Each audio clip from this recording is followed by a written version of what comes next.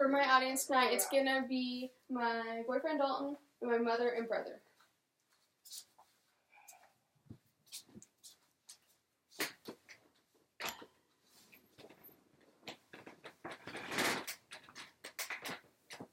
Imagine feeling anxious, distressed, and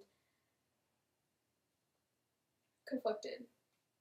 Now imagine feeling that constantly and knowing you have nothing to worry about. This is how it is for millions of people that suffer from generalized anxiety disorder.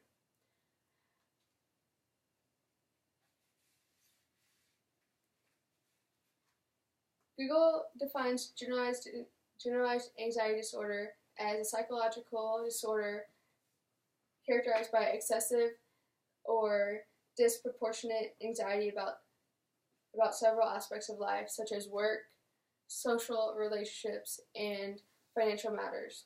Having a roommate that suffers from generalized anxiety disorders helped me put in perspective of how she functioned in everyday life.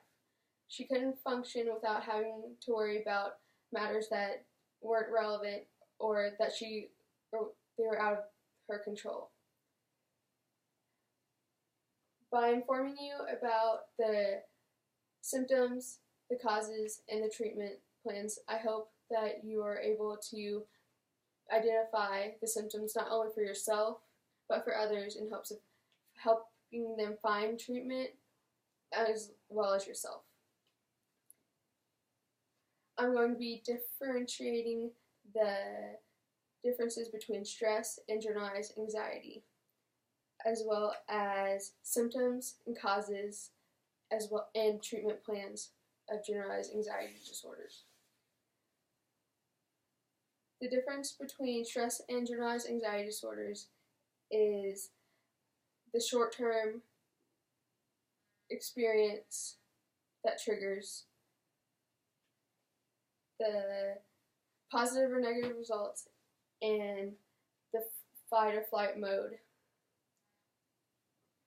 Stress is caused by a short-term experience.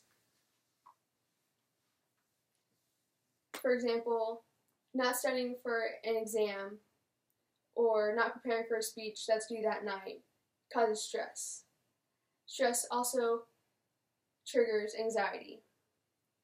Stress can cause positive or negative results. For example, if a student does well under stress or pressure, the results will be positive. They will show positive results. And vice versa. If the student does not work well under pressure, the student will show negative results. Stress is the fly or fight mode for the body that senses a threat. Now having an understanding of generalized anxiety disorder, I can start discussing the symptoms and causes of generalized anxiety disorders. An individual that experiences restlessness, sleep apnea, disruptive thought process, and trouble in concentrating suffer from generalized anxiety disorders. Looking at my chart back here, the data from National Combinatory Survey replication show that the adults that suffer seriously is 32.3%, and mildly is 23.1%, and moderately is 44.6%. The data from the same source is showing that the adult females have a higher risk of suffering from generalized anxiety disorders than males. The student mental state is also impacted from generalized anxiety disorder, from constantly worrying about stress of turning it in on time, turning their assignments in on time, and making the grades, as well as college students. But college students suffer from worrying about maintaining the GPA for financial reasons. For example, the GPA is required at a higher rate or higher standard to receive the scholarship because the educational purposes, for educational purposes. The symptoms, there's also neurological symptoms such as numbness in the body and tingling in certain body parts, certain body areas.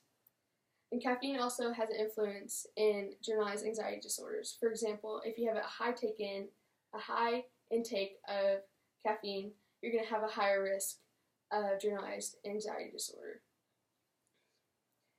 Generalized anxiety disorders can be treated with psychotherapy and medicine. Psychotherapy is just another word for behavioral therapy.